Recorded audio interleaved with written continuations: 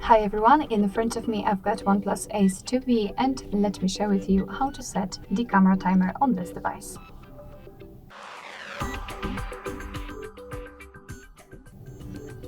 So first of all, let's open the camera app, of course give all the permissions.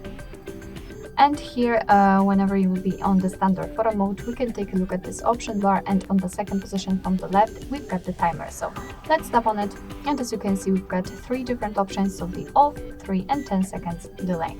Let me pick this one, 10 seconds delay. Simply tap on it. As you can see, the icon changed, which simply means that we just successfully applied the timer.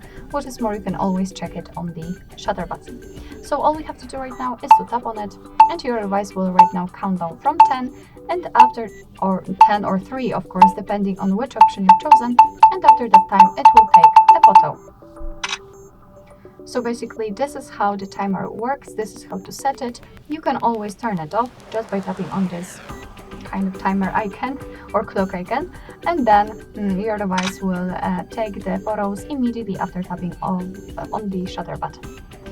Alright, so that will be all. Thank you so much for watching. I hope that this video was helpful, and if it was, please hit the subscribe button and leave the thumbs up.